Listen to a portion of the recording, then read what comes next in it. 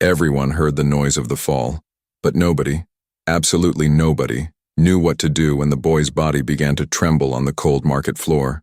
Employees froze, customers backed away, and the whole world became a blur around the son of the most feared man in the city. Nobody touched him. Nobody called his name. Nobody understood what was happening, until a supermarket cashier left the checkout counter, and he ran. She didn't hold his body down forcefully. He didn't try to open his mouth. He didn't scream. She simply knelt beside him and called out the name that no one knew, an intimate name, a secret name, a name that neither enemies nor friends nor the entire city knew. And Connor replied. The boy who never murmured anything during a seizure heard that voice, and he returned. When the security guards arrived, the market came to a standstill, and when the Mafia boss walked in and heard the name she used, his world simply shattered, because only 3 people on the planet knew that name, and none of them were in that hallway. From that moment on, she became the only bridge between the boy who falls and the man who would destroy entire cities to keep him alive. Get ready, because this is not just the story of a fall, it's the story of how a secret spoken at the right time. It changed 3 destinies forever. The market that day had that strange mid-afternoon silence, when it's neither crowded enough to be noisy, nor empty enough to feel safe. The cold lights gave everything a somewhat faded glow, and the beep of my checkout became the involuntary soundtrack of my life. I was already on autopilot, scanning product after product when I noticed him. It wasn't his handsome face nor his way of dressing. It was the way he walked between the shelves, too focused, too calculated, as if his body were trying to obey rules that were constantly changing. He must have been 14 or 15 at most, a light backpack on his back, slightly tense shoulders, and a gaze that swept across the room without really looking at anyone. He seemed used to being observed, but at the same time, exhausted from being seen by eyes that never understood what was really happening inside him. He walked down the cereal aisle, headed towards the refrigerated section, then disappeared among the cleaning products. Most customers would never notice anything more than a teenager walking alone, but I paid attention to the details no one sees. The way his right hand began to tremble slightly, how his fingers opened and closed in a strange pattern, how he stopped for a second and rested his palm on the shelf, taking a deep breath, his eyes blinking too rapidly. That kind of micro glitch that seems like nothing to those who don't know, and is a major warning sign for those who have experienced it. I had seen that movie before, on my kitchen floor, when my brother was almost his age, and his body decided to shut down without warning. My manager was grumbling something about a crooked label on the shelf, but his voice faded into the background noise when I saw the boy stumble again. His backpack slipped slightly off his shoulder. His gaze rose to the ceiling as if trying to focus on a fixed point before everything fell apart. His mouth opened slightly, his breath hitched, and I recognized the exact second his brain went from maybe to, it's over. I dropped the scanner, abandoned the checkout without even asking permission, listening to the customer complaining in the background, completely indifferent. When I turned the corner of the aisle, I arrived just as his knee buckled and his entire body began to collapse in a slow, cruel fall, as if time itself were watching, with no intention of helping. He hit the ground with a dry sound, his body already convulsing before he even finished the movement. His fingers clenched tightly, his shoulders locked, his eyes rolled upwards at an angle that would chill anyone. A woman screamed, someone dropped a package of rice. An employee started running towards him with outstretched hands ready to grab him the wrong way. I raised my voice before the disaster completed its cycle. "Don't touch him," I yelled, with more force than I thought I possessed. The boy froze in his tracks, looking at me as if I'd lost my mind. "But he's struggling," he retorted. "And he'll hurt himself more if you grab his arm," I replied, already kneeling beside the boy. "Give him some space now." The tone left no room for discussion. I carefully knelt beside him, maintaining the perfect distance, close enough to protect him, far enough not to restrict his movement. I pushed away a bottle of disinfectant that could roll towards his head, pushed an empty basket with my foot, and used my hand only to lightly cushion the contact of his skull with the floor, without forcing, without holding, just guiding. His jaw was tense, his teeth clenched, a light foam beginning to appear at the corner of his mouth, a clear sign that his body was at war with itself. "Hey, you'll get through this," I murmured, in a tone I myself had used with my brother years ago. "You're not alone, you hear? I'm here." Around me, the entire market seemed to pause, customers holding their breath, Employees unsure whether to run or flee. The seizures came in waves. First strong, erratic, violent, as if each muscle wanted to run off in a different direction. Then they became shorter, more spaced out, but still intense enough to frighten anyone who had only seen seizures in bad movies. A man started muttering something about calling an ambulance. Another woman said she had read on the internet that all you had to do was put a spoon in his mouth. If anyone gets near his mouth, I swear I'll make a scene in here, I warned without taking my eyes off the boy. Nobody puts anything between the teeth of someone having a seizure. Want to help? Keep the onlookers away and see if there's space around him. That's all. It wasn't the first time I'd had to explain the basics while preventing the world from making worse what the body was already trying to resolve. That's when I realized that in the midst of the convulsion he was trying to form a word. Almost no one notices this because the focus is usually on the body writhing. But I learned to pay attention to the details that pain lets slip. His lips moved, repeating a soft sound, crushed between teeth and stiff muscles. It wasn't mom, it wasn't dad, it wasn't help. It was a kind of name, short, intimate, laden with memory, a diminutive, a way of calling someone who doesn't exist on the school attendance list. I moved a little closer, trying to decipher it, and when I finally understood the sound escaping, my chest tightened tightly. It wasn't his real name. It was the way someone he loved called him, that specific soft way that family uses and the outside world never hears. I recognized the pattern instantly, because at home my brother also had a nickname on his ID, and another that only came from the mouths of those who truly mattered. The difference was that I had never heard the boy's name before. Even so, it sounded familiar to me. Maybe that's why it came out of my mouth before I even thought about it. I leaned close to his ear, keeping my tone firm and low amidst the chaos, and murmured, "Calm down, Connor. You'll be back. I'm here with you, Connor." I used the name as if I had been born with it on my tongue. At that very moment, something changed in the seizure. It didn't stop. It didn't disappear like magic. Epilepsy isn't a movie. But the movements became less violent, less erratic. His body still obeyed the electrical impulses from his brain, but it seemed to react to that sound as if it were a lighthouse on a stormy night. His breathing, previously completely out of control, found a semblance of rhythm between one contraction and another. For a brief second, his eyes moved behind his closed eyelids, as if trying to focus on a memory, and I knew, without a doubt, that he had heard, perhaps not with his physical ear, but with that part of us that recognizes when someone calls the right name at the wrong time. Someone called my manager, someone mentioned the police, someone mentioned trouble for the store if the boy was important. No one had yet connected the dots, but that didn't last long. The automatic door sensor went off with a dry, metallic sound, opening the way for a scene that completely changed the atmosphere of the market.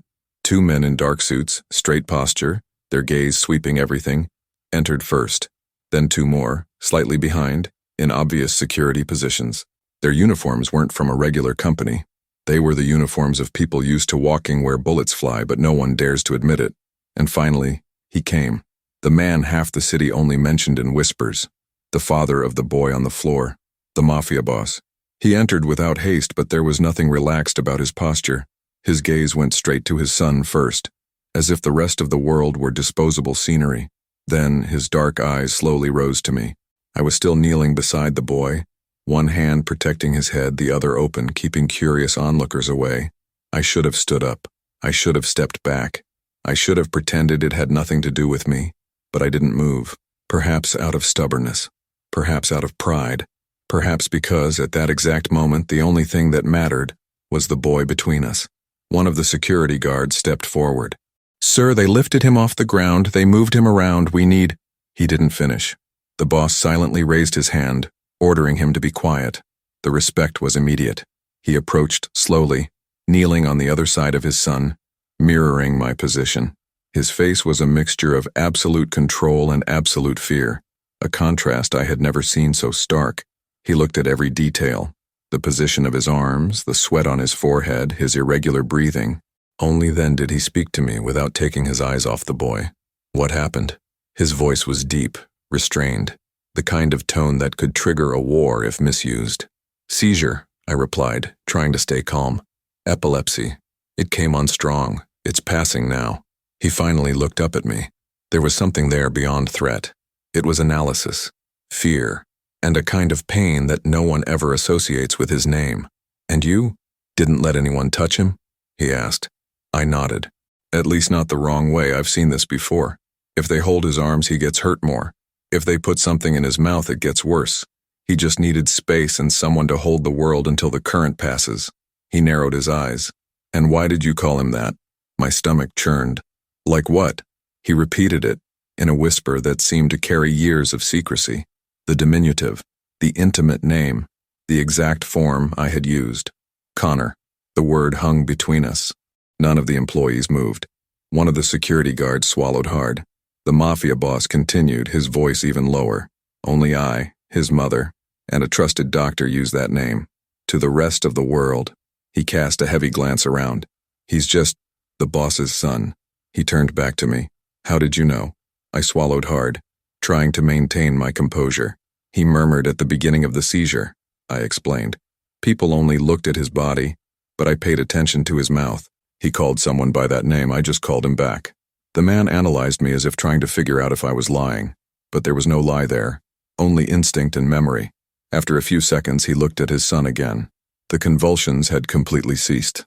Now only small spasms remained, common after a strong attack. The boy was breathing deeply, heavily, as if he were returning from a long way away.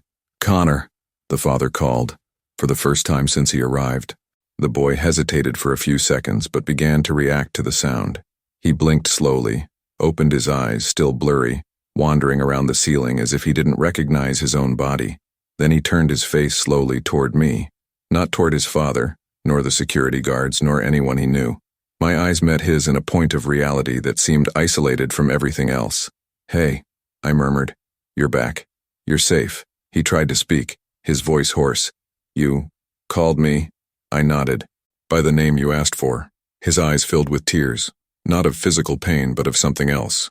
Relief, gratitude, recognition. The boss watched the exchange as if he were witnessing a miracle he hadn't asked for, but needed to see. Lift him up carefully, he finally said to the security guards, who immediately approached, gentle for the first time. No rush, no alarm. He stood up too, adjusting his suit with an automatic gesture, like someone putting their mask back in place after a dangerous crack. Before turning away, however, he glanced back at me. There was no explicit threat, but the weight of that look gave the feeling that I had crossed an invisible line. He took a step, getting close enough that only I could hear what came next. You held my son when his body decided to fall, he said, in a restrained tone. And you called him by a name that no one here knew. His breathing slowed, became heavier. From today on, you are part of a problem that cannot be ignored. My skin crawled, not because of the problem itself, but because of the way he said my son, as if that part of the sentence was the only thing that really mattered. As I slowly made my way back to my register, my legs a little shaky and my heart pounding, one thing became painfully clear. I hadn't just helped a stranger at the market. I had been the first person, outside his home, to call the Mafia boss's son by the name the world had never known. And as much as I tried to pretend otherwise, I knew that this kind of thing changes everything. And in that late afternoon, under the cold light and the automatic beep of the barcodes, I understood that the ground beneath my feet was no longer the same, because now, every time that automatic door opened, I would never know if it was just another customer entering, or if it was the beginning of the next fall of someone that fate had decided to throw in front of me, without asking if I wanted to catch them or not. The street was quieter than usual when I left the market, as if the whole world had been holding its breath since the moment Connor fell to the ground. The pale light from the streetlights illuminated the path to my building, but it felt like I was walking through territory that no longer belonged to me. Something had changed in that market, something I hadn't planned, hadn't chosen, and honestly wasn't prepared to face. I adjusted my bag on my shoulder and walked, trying to reorganize my thoughts. But the image of him coming to and looking for me with his eyes before anything else wouldn't leave my head, and neither would the image of his father, the way he looked at me, as if trying to understand what kind of person holds their child in the lap of the storm without trembling, and what kind of destiny that creates. I took 2 steps onto the sidewalk and my skin crawled before I even looked to the side. A black car, tinted windows, was parked a few meters from me.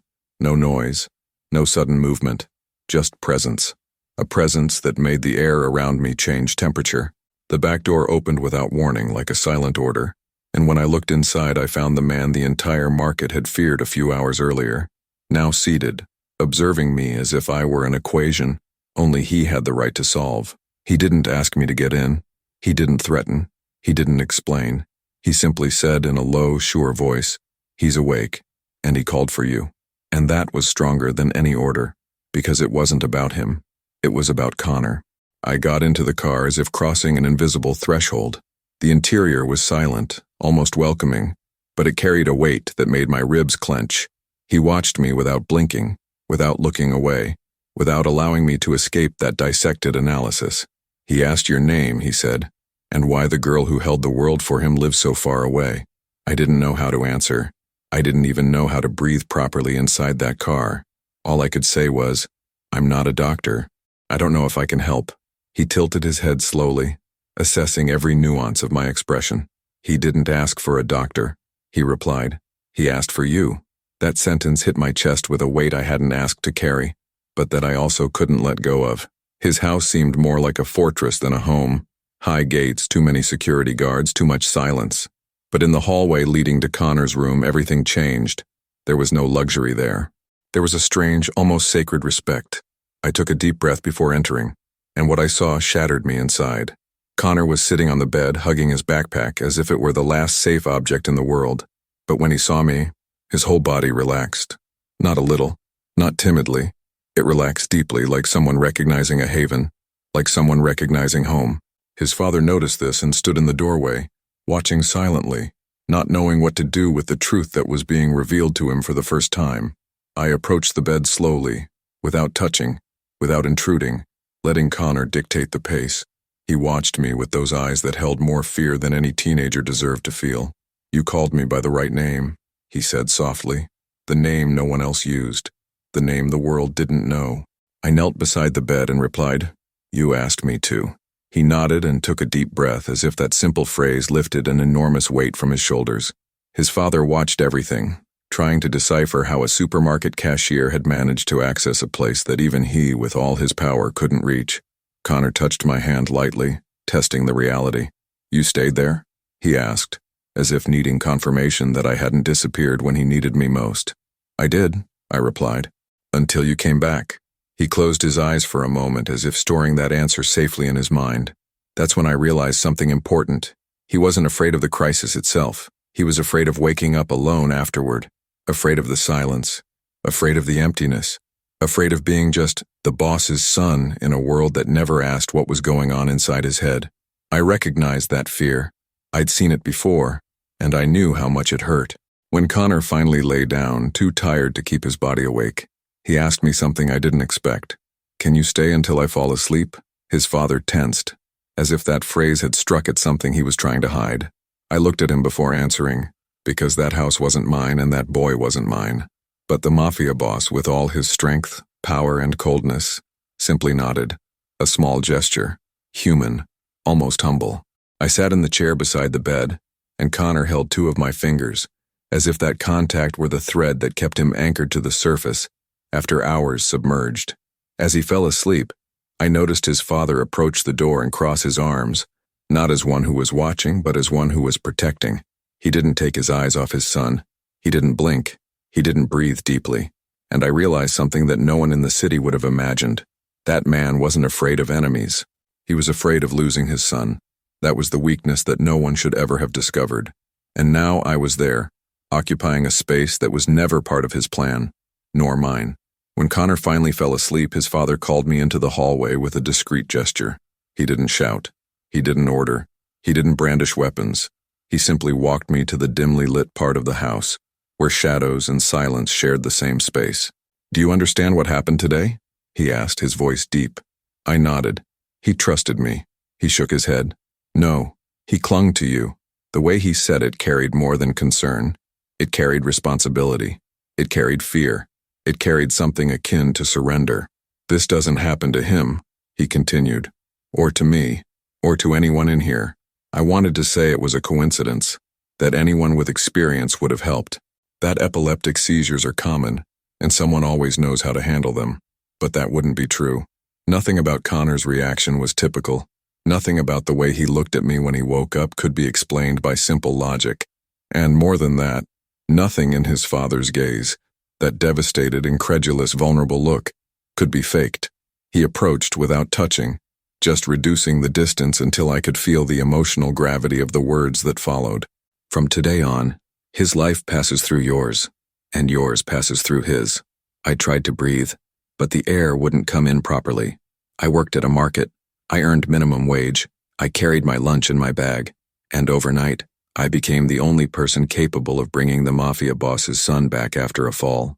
There's no manual for this. There's no preparation. There's no choice. There's only reality. And my reality had just been rewritten without my permission. I didn't yet know how to live with it, but I knew I couldn't simply disappear and pretend nothing had happened. Not after hearing my name come from his voice, trembling and confused, but so full of hope. His father walked me to the exit, a few steps behind, like someone protecting without admitting it. With each door that opened, the whole house seemed to watch me, not as an intruder, but as someone carrying something too valuable to walk alone. When I stopped on the porch ready to leave, he said the phrase that changed everything again. "Tomorrow he'll ask about you." I turned to face him. "And what do you want me to say?" He took a deep breath, as if choosing words that carry more weight than they seem. "I'll say you'll come back." I stood still on the step, feeling the world slowly spin, as if trying to find a new axis. I wanted to ask, why me? But I already knew the answer. It wasn't about me being special. It wasn't about me being strong. It was about someone having spoken to him in the right way at the right time. It was about giving him back his own name, something no one else did. It was about catching him when his body decided to give up for a few seconds. Sometimes destiny doesn't choose the right people. It chooses available people. And I was the only one available at the moment his life collapsed on the cold floor of the market. When I finally took my first step out of the house, I felt something change between us, something silent, dangerous, inevitable. He didn't say thank you. He didn't say see you tomorrow. He just said my name, slowly, as if he were experiencing the sound for the first time. And when I heard it, I understood that he wasn't just acknowledging who I was. He was accepting that I was now part of something he didn't know how to control. And so it was, under a dark sky full of shadows, that I realized there was no going back to my old life, because, unintentionally, unasked, and without fully understanding, I had been chosen by the boy who fell in the market, and by the man who never allows anyone to touch what is his. When I reached the sidewalk, I felt the cold air hit my face, as if the night wanted to remind me that I was still just an ordinary person trying to survive in a universe that was anything but ordinary. But as I walked, I realized I wasn't as alone as I thought. One of the cars that had brought me there began to follow slowly behind me, keeping enough distance not to seem threatening, but close enough to make it clear that this wasn't by chance. It wasn't forced escort. It was protective surveillance, and that, coming from someone like him, carried more weight than any contract. I didn't know how to feel. Part of me wanted to scream for freedom. Another part wounded, part forgotten, part tired, felt a strange relief at not crossing that dark street completely alone. When I arrived at my building, the car stopped at the corner, not moving an inch beyond the seemingly pre-calculated limit. Before getting in, I glanced over my shoulder, and his silhouette was there, in the back seat, looking directly at me as if he could see right through my thoughts. There was no threat in his posture, just something like certainty. Certainty that I would enter the building alive. Certainty that he wouldn't let anything happen to me after what I did for his son. And it was in that instant, under the dim light of the street lamp, that I understood a truth that transformed my breath. His world didn't surround me to imprison me. It surrounded me to protect me. And protection, in that reality, meant that someone had placed me in a circle that few entered, and even fewer left. I spent the night almost sleepless, trying to reorganize what had happened while the scenes replayed in my head like a movie impossible to pause. The fall, the seizure, the secret name, his look when he woke up, his father's look when he realized. It was as if a fire had been lit inside a dark room and suddenly all the shadows took shape. I tried to convince my own mind that this would only be an exception, that tomorrow everything would return to normal, that I would go back to the checkout, scan products, and live my simple life. But the truth pulsed within me like a warning. Nothing that happened was accidental. None of it was a coincidence. It was destiny, the kind that doesn't ask permission, it just pushes. In the morning, I opened my apartment door expecting to find the street as quiet as ever. But I hadn't taken 2 steps before noticing a detail no one else would. except someone already drawn into the circle of a man like him, an ordinary, unassuming car, strategically parked, with a driver who seemed to have no reason to be there so early. He didn't look at me. He didn't wave. He didn't roll down the window. But I knew. He was there because of Connor. And unexpectedly, he was there because of me. That kind of silent protection wasn't courtesy. It was recognition. It was a clear warning that my life had been moved to another level, another territory, another reality, one where presence means promise, and absence means danger. At work, the market seemed the same, but I wasn't. Every sound, every aisle, every customer reminded me of Connor's body on the cold floor, his failing breath, the name that escaped his lips like a request and a password at the same time. And it was exactly in the middle of this thought that the manager appeared running towards me, completely breathless, holding his cell phone with trembling hands. "Someone wants to talk to you," he said. On the screen, there was only a blocked number, but my heart already knew who it was before I answered. And when the voice came from the other end, low, deep, firm, certainty washed over me. "He woke up, and he's asking if you're coming today." The question wasn't a question. It was destiny knocking on the door once again. When I arrived at the mansion that afternoon, the hallway leading to Connor's room was even quieter than before, as if the whole house were waiting for my presence to breathe again. A housekeeper made way without me needing to say my name, and that in itself said a lot about what was forming there. I was no longer an unknown visitor. I was someone expected. Upon reaching the half-open door, I heard his breathing before seeing him. An irregular, broken rhythm that betrayed not a crisis but anxiety. I pushed the door open slowly and found him sitting on the floor, leaning against the wall, hugging his knees. When my eyes met his, something changed instantly. His body relaxed, as if he had found the axis he had lost since the previous night. His father was there too, standing in a corner, his chin resting on his hand, observing without interfering, learning to read his own son through me. I approached slowly without touching, maintaining the same distance that made him feel safe. "Did you call me?" I asked softly. Connor didn't answer immediately. He just raised his hand in the air, in a small gesture, as if asking permission to exist beside someone. I sat on the floor mirroring his posture and felt the whole house relax around me. "The world is noisy today," he murmured, pressing his fingers against his knees. "Not on the outside, on the inside." His father closed his eyes, feeling the phrase like a pain he knew, but didn't know how to alleviate. "What happened?" I asked. Connor took a deep breath. "My body keeps giving warnings, like when it's about to fall, but doesn't." I understood immediately. Epilepsy isn't just made up of major seizures, it's made up of micro-alerts that the brain emits like silent SOS signals. He continued, his voice trembling. "I keep waiting for the ground to disappear." And my chest tightened as if that feeling were mine too. "I'm here," I replied. "The ground won't disappear while I'm with you." He slowly raised his eyes, absorbing each word as if they were a survival manual. It was there, in that instant, that I realized Connor wasn't afraid of the fall. He was afraid of the moment before it, the warning, the interval, the limbo where he was still conscious enough to feel everything, but powerless to stop anything. His father took a step closer, trying to understand how to fill that emotional space, but not knowing where to put his hands, where to put his voice, where to put the love he carried without a manual. Connor reached out to me again, as if testing the world around me. I offered him mine.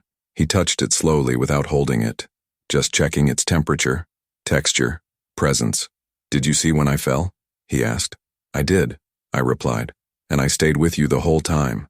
He bit his lower lip, a clear sign that something heavy was coming. "I heard you," he admitted, his eyes welling up. "In the darkness of the crisis, I heard you call my name." His breath hitched. "Nobody ever does that. Nobody ever knows." His father put his hand to his forehead as if that truth were an open wound. "Nobody ever knows." It wasn't just about crises. It was about whole lives. Connor pulled his fingers away, letting go of my hand as if afraid of depending on that contact. "I'm afraid of forgetting who I am when I fall," he said with a sincerity that cut through the air. "And when you said Connor, it felt like I was going back inside myself." His father turned his face away, as if he didn't want anyone to see his eyes welling up. I took a deep breath, feeling that I was entering an emotional territory that can't be reached with force, but with shared vulnerability. You'll never forget who you are as long as someone calls you by the right name, I replied. And I'll do that every time you need me.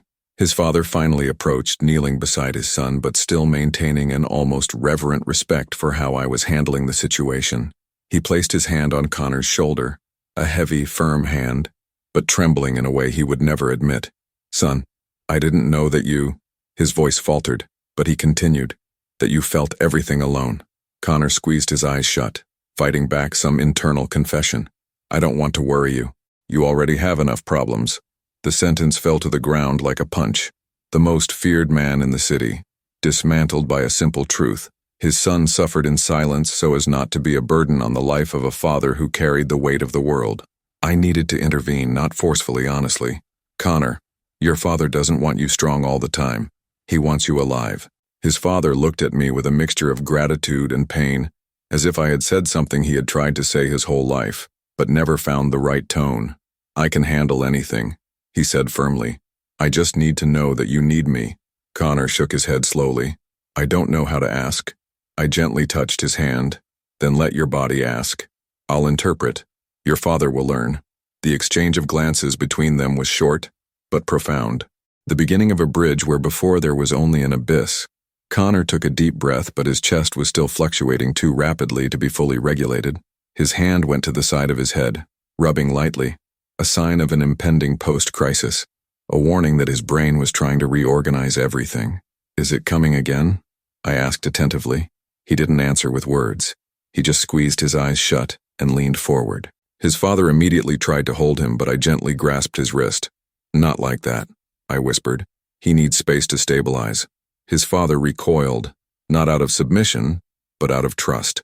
The most dangerous trust of all, emotional trust. I sat beside Connor and began to describe the environment as I had done in the market.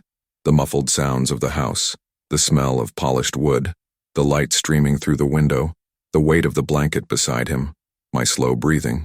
And as before, it worked. His body relaxed inch by inch, as if each of my words was an invisible hand putting the pieces back in place. His father watched everything standing, his hands trembling, his rigid posture trying to hide the emotional collapse happening inside him. He had never seen anyone reach his son in that way. It wasn't technique, it wasn't force, it was correspondence. When Connor finally stabilized, his head fell slightly onto my shoulder. It wasn't dependence, it was trust. Absolute trust, almost childlike, but built amidst chaos. I gently ran my hand through his hair, and I heard his father inhale so deeply it almost hurt to hear. He took a few steps closer, as if seeing something too sacred to touch. He's never touched anyone like this, he murmured. Not even when he was a baby. The truth that escaped his chest was so heavy that I had to look away for a moment to avoid collapsing along with him. Connor fell asleep there, exhausted. His father placed a blanket over us without saying anything and stood there, looking at the two of us as if trying to memorize a scene he never imagined existed. After a few minutes, he sat in the armchair next to us, his posture less rigid, as if his entire life were silently reconfiguring itself just by observing that unlikely connection. When I finally spoke, my voice was almost a whisper. He shouldn't be alone when he feels the warnings. His father replied with the brutal sincerity that only appears after something breaks inside. He won't be anymore. The silence between us lingered, not uncomfortable, but intense. He leaned forward, resting his forearms on his knees, and looked at me as if about to admit something forbidden. Do you understand what this means? He asked. I swallowed hard. It means he trusts me. He shook his head. It means I depend on you now. The sentence hung in the air like silent dynamite. He didn't say it threateningly. He said it vulnerably, truthfully, with the honesty of a man who, for the first time, didn't know how to protect his own son alone. And it was there, in that silent room, with Connor sleeping between us and his father completely stripped of power, that I understood the true danger of that story. It wasn't his world. It wasn't the shadows. It wasn't the enemies. The danger was the connection that was being born there. A connection so strong and unexpected that it could destroy anyone who tried to deny it. And I knew, at that exact second, that there was no turning back. Not after being the only person in the world that Connor called back by name. When Connor finally drifted into a deep sleep, I noticed his breathing followed a different pattern. It wasn't just rest, it was surrender. It was as if, for the first time in a long time, His body allowed itself to switch off without fear of what would happen if he woke up alone. I carefully adjusted the blanket over him, but as I slowly stood up, I felt a weight in the air that didn't come from the boy. It came from the father. He was watching me, not with the calculated coldness of mobsters, nor with the implicit brutality of a man accustomed to giving orders. It was something else. Something more confused, more human, more disarmed. He seemed like someone who had finally found the explanation for an enigma he had carried for years, but who didn't know what to do with this now revealed truth. And in that instant, I realized he wasn't just looking at me. He was looking at the person who filled the emotional gap between him and his own son. He approached me slowly, with steps not of a boss, but of a father who had failed many times, but who had never stopped trying. He stopped beside me, looking at Connor sleeping, and his voice was so low it almost blended with the sound of the room's air conditioner. "He never sleeps like this when he falls," he confessed.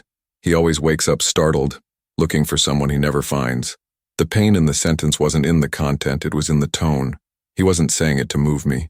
He was saying it because it was the first time he had seen his own son find rest amidst the chaos. "He found you," he finished without taking his eyes off me. "And that is something I can't ignore." There was camouflaged despair there, the kind of despair that only appears when someone realizes they might lose the only thing that truly matters. I leaned my back against the wall discreetly, trying to put some distance between us, but he took a slow, almost imperceptible step, reducing the space again. It wasn't a threat. It was a need. A silent, almost involuntary need to understand who I was in the equation that was rewriting his life, and that of his own son. "I don't want to scare you," he said, finally looking down at the floor, "but I don't know what to do about this." I closed my eyes for a second, trying to catch my breath. How could I respond to someone who can move cities, who can erase names, who can rewrite destinies, but who, there before me, seemed only a man desperate not to fail as a father again? "I didn't ask for this," I murmured. He lifted his face. "Neither did I," he replied. "But still, here we are." The silence that settled in wasn't empty. It was full of everything that shouldn't have been happening, but was. Full of all the lines that should never have been crossed, but were already so blurred that there was no way back. He ran a hand over his face, tired, vulnerable, as if that day had demanded more from him than entire years in the world of crime. "I always thought I could control everything," he admitted, his voice tense. "The city, the men, the rules, the enemies. But," he looked at his son, sleeping soundly for the first time since the attack, "I don't know how to control this." It was rare to see a man of that size admit powerlessness, and even rarer to see that it didn't make him less. It made him human. For the first time, he seemed like someone possible. When I tried to move away from the bed, he blocked my path with his body, but not as a threat, as a plea. A desperate, silent, visceral plea that he couldn't verbalize. "Don't go now," he said softly. "If he wakes up and doesn't find you, it'll all start again." I knew it was true. I knew Connor associated my tone of voice with the feeling of return, the anchor that brought him back when his treacherous brain turned off the light. But staying there, in that house, between those walls full of secrets, so close to a man who shouldn't look at me that way, it was dangerous. Too dangerous. Still, when I looked at Connor, the danger of leaving seemed greater. I took a deep breath, feeling that my destiny had taken another step forward, and I was simply following it. He leaned against the opposite wall, crossed his arms, and stood there watching me as if he needed to make sure I wouldn't disappear. "I don't understand why he answers you," he said, without taking his eyes off my face. "But I know that if I try to push you away now, I'll break him." The sentence landed like a knife, not because of him, but because of the weight of the truth. Connor's father didn't talk about fragility. He didn't admit weakness. But there, he was telling me in no uncertain terms that without me his son would return to the dark place where crises have no name and falls have no return. And in that instant I felt the ground beneath my feet shift again, not to destabilize me but to warn me.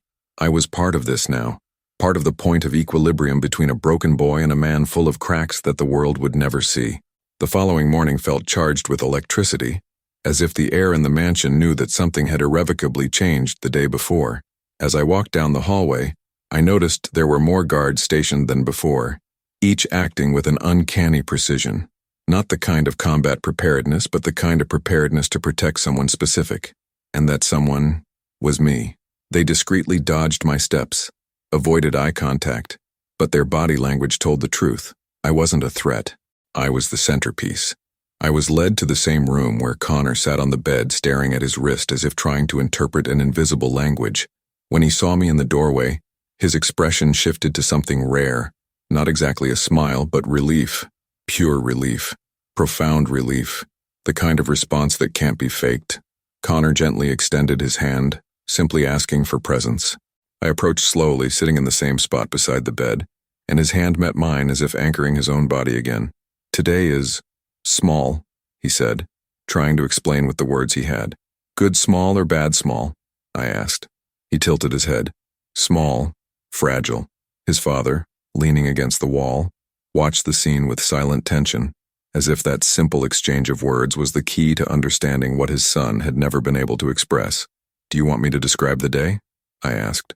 Connor nodded, so I began to narrate the environment, the light, the sound, the air, like a safety map for his body to locate itself in the world again. But something about his demeanor was different. Connor wasn't staring blankly like he had been the previous days. He was watching me intently, real focus, as if he were trying to build a conscious connection, not just a sensory one. And then he said, almost in a whisper, yesterday, when I fell, I knew I wouldn't be able to get back on my own. But I heard you, and then I found my way. His father clenched his hands tightly at this as if a knife had cut something inside him. The pain wasn't in the fact that Connor needed me. The pain was in the fact that Connor hadn't been able to find his way through his father, and that awareness crushed that man more than any enemy could have. As I was talking to the boy, I noticed someone approaching down the hallway. It wasn't security. It wasn't an employee. The energy was different, tense, heavy, urgent. The boss entered the room and closed the door behind him, something he hadn't done since I started coming. He looked at his son for a moment, making sure he was calm, then turned his gaze back to me. We need to talk, he said, his voice sharp but not cold. He motioned for me to leave for a few minutes, but Connor immediately grabbed my wrist, his eyes widening with sudden fear. I'll be right back, I told him. I'm your anchor for today, remember? He took a deep breath and loosened his grip. His father watched this with a mixture of gratitude and bewilderment. We went into the smaller room at the end of the hall. As soon as the door closed, the boss ran a hand over his face as if about to say something the world would never hear from him. They're following you, he said bluntly. It's not speculation. It's not a threat. It's not a warning. It's a fact. My body froze. Since when? I asked. Since the market, he replied. Someone filmed you holding him during the crisis, and that sparked interest from people who shouldn't be interested. He took a step closer, and I felt the gravity of the situation settle between us. His name became linked to yours, and that makes you vulnerable. Very vulnerable. I tried to take a deep breath, but the air felt stuck in my throat. And what do you want me to do? I asked. Nothing, he replied. I'm the one who's going to do it. The sentence came with a weight that asked neither for opinion nor permission. We've reinforced your street. We've changed routes. From today on, you won't be walking alone anymore. And if anyone approaches without warning, they won't get a second chance. I should have felt fear. Anyone would. But what I felt first was indignation. You can't control my life, I retorted. He took an even closer step, and his voice came like steel covered in velvet. I'm not controlling. I'm protecting. Because if anything happens to you, Connor breaks. And if he breaks, I'll end the world. I remained silent for a moment, absorbing the magnitude of it all. He wasn't exaggerating. It wasn't drama. It was a raw, brutal truth, impossible to ignore. The boy depended emotionally on me in a way I'd never seen before, and his father depended on the boy's stability to hold his entire world together. I was a fragile point supporting two completely different lives, and somehow I still couldn't understand I was holding them both together. Why me? I finally asked. He took a deep breath, as if trying to put into words something that seemed impossible. Because you saw him, he said simply. For real, and nobody ever has. When I returned to the room, Connor was sitting exactly as I had left him, only now he was wiggling his fingers as if trying to suppress a physiological warning. I sat beside him and he rested his forehead on my shoulder, a gesture so intimate that I felt my breath catch in my throat. You took your time, he said. But I came back, I replied. His father stood in the doorway, watching the scene with silent intensity. And then for the first time he spoke something that wasn't about crisis, or danger, or control. It was about love, albeit twisted, silent, and timid. "Connor," he said, "you can trust her." Connor lifted his face, assessing his father as if trying to decipher whether the information was reliable. "I already trust her." We spent the rest of the hours helping Connor reorganize his body's sensations, teaching him to identify the warnings before they turned into a fall. I narrated the world to him rhythmically, constantly, precisely, and his father learned. He observed my every word as if he were watching a living manual, trying to absorb everything that had never been taught. He asked low, careful, almost timid questions like someone who finally realizes that force doesn't solve everything. And for the first time, I saw the most feared man in the city, making mental notes as if I were his last chance to get close to his son. When Connor finally lay down to rest, his father called me back into the hallway. His face was different, less hard, less armored. There was something there, something broken and rebuilt at the same time. "You changed his life," he said, "and you changed mine." I took a deep breath, prepared to back away, to set boundaries, to remind myself that I was just a supermarket cashier. But I couldn't say any of that, because, deep down, I had changed too. He took another step, then another, until he was close enough for me to feel the warmth of his breath. "This wasn't supposed to happen," he murmured. "Not to him, not to me, not to you, but it did. I should have backed away, created distance, reminded us both of the real danger that closeness represented. But in that silent hallway, with the boy sleeping behind the door, and the whole world rearranging itself without asking permission, I just stood there, because there was something stronger than fear, stronger than logic, stronger than the chaos surrounding that man. It was the inescapable feeling that my destiny had been intertwined with theirs in a way that no one could ever separate, without breaking everything we were trying to rebuild. And it was there, in that silence filled with forbidden truths, that I realized it was no longer about the boy who fell in the market. It was about the man who fell along with him, and about the woman who, without asking, was the only one capable of holding on to both of them. The sun was setting when I left Connor's room for the last time that day, and the mansion seemed to breathe at a different pace, slower, more human, more aware of the fragility that lived behind that door. Golden light streamed through the tall windows, painting the hallway with a soft, almost unreal glow, as if the whole house had witnessed something it couldn't name. Connor slept soundly, his fingers still lightly intertwined in the blanket where my hand had been just minutes before. And I went downstairs with the strange feeling that something inside me had shifted, as if the ground had moved just enough to force me to see my own life from a different angle. His father was waiting for me in the living room, standing before the open windows. The wind moved the curtain almost silently, and his shadow was projected on the floor like a broken figure, half strength, half human. He didn't turn when he heard my footsteps, but I know he knew it was me. "He slept peacefully again," he said. It wasn't a question. It was a statement of fact. I nodded. He took a deep breath, a sigh that carried the weight of more years than he looked. "You did more for him in 2 days than I managed to do in a lifetime." The sentence wasn't bitter. It was true, a truth that bled, but also healed. I moved closer, close enough to see the tension he was trying to hide in his shoulders. And for the first time since we met, he seemed smaller, not in a weak sense, in a human sense. A man who had spent his life being stone finally admitting that he also has flesh. He turned his face toward me, and for a second, his gaze carried no commands, no fears, no control. It carried something simpler, recognition. "You entered a place I could never enter," he said, his voice much lower. "His world." I swallowed hard because that truth wasn't easy to bear. And before I could answer, he added, "And somehow I don't understand, you entered mine too." The silence that followed wasn't uncomfortable. It was inevitable. A silence filled with things said without words, the danger it represented, the impossibility of turning back, the connection that had been born between 3 lives that should never have crossed paths. I looked at the door to Connor's room, then at him, and I understood. I was no longer just the cashier at the supermarket. He was no longer just the Mafia boss. And Connor was no longer just a boy who had fallen. Fate, stubborn and impatient, had decided to unite our stories in a way that no one there had asked for, but that now no one could undo. He took a step toward me, not as a threat but as a truth, like someone who finally chooses to stop running from their own heart. I don't know what happens from here on out, he said, in a tone too sincere to come from a man like him. But I know that, if you leave now, everything will break again. His breath hitched at the end almost imperceptibly, but it hit. I felt my chest tighten, not from fear, but from the weight of being needed, from the weight of being chosen, from the weight of knowing that I had become part of the emotional structure of someone who had never allowed himself to be attached to anyone. I didn't respond with a promise, nor with retreat. I responded with the only true thing that existed within me at that moment. I won't let him fall alone, I murmured.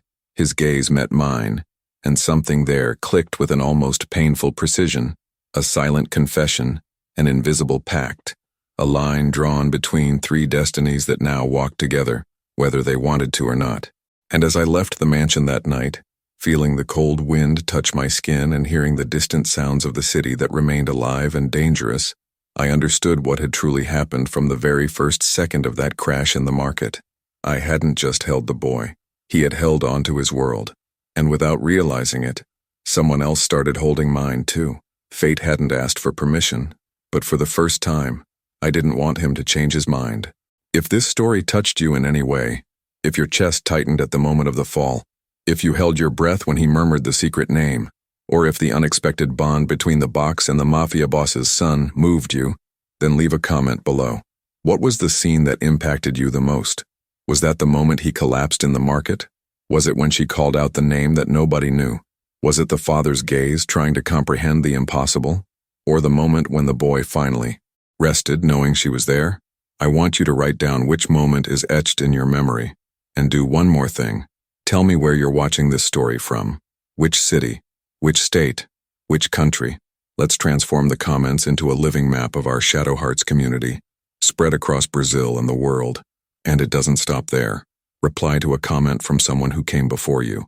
Yes, interact. Because this channel isn't just about stories. It's about people who feel, interpret, think, and react together. Each comment creates a new layer in this universe. Each response builds a bridge between readers who never imagined they felt the same way. It is clear. Subscribe to the channel, turn on notifications, leave a like. This allows the algorithm to deliver this story to more people who, like you, delve deep into the dark and human emotions of Shadow Hearts. Now tell me, which scene has been stuck in your head? Where are you watching from? I'll see you in the comments. And in the next deep dive into this universe where even the quietest fall can change someone's destiny.